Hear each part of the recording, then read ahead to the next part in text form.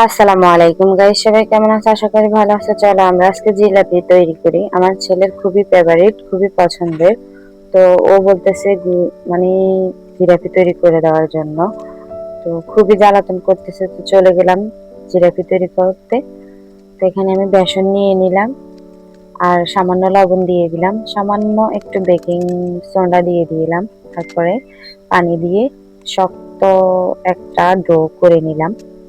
Batter তৈরি করে নেব, জানি একদম নরম না হয়ে যায়, আবার একদম শক্ত জানি না হয়ে যায়। তো এখানে আমি শিরা করে নেব। পানি দিয়ে চিনি দিয়ে দিব, চিনিটা একটু বেশি লাগবে কারণ জিলাপির শিরা তো, তাই।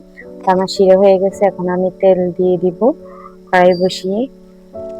আমি ফার্স্ট জিলাপি তৈরি করতেছি, তো মনে হইতেছে ব্যাটারটা একটু নরম হয়েছে, না আমি দিতে পারি না, আমি জানি না। তো এই যে আমার প্রথম জিলাপিটা হয়ে গেছে, কেমন হয়েছে জানি না, সুন্দর হয় নাই। তো এই যে আমি দিতেছি, আবারও দিয়ে দিলাম, লাল লাল করে ভেজে নিব একটু পিট করে। তো এগুলো একটু বেশি ভাজা হয়ে গেছে,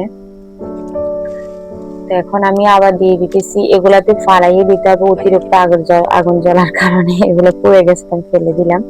তো এখন আবার আস্তে আস্তে ছোট ছোট করে জিলাপি গুলো তৈরি করতেছি।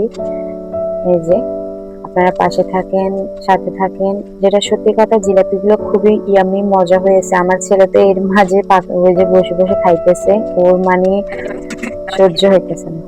ওই যে দেখেন, ও খাইতেছে, কখন যে খাবে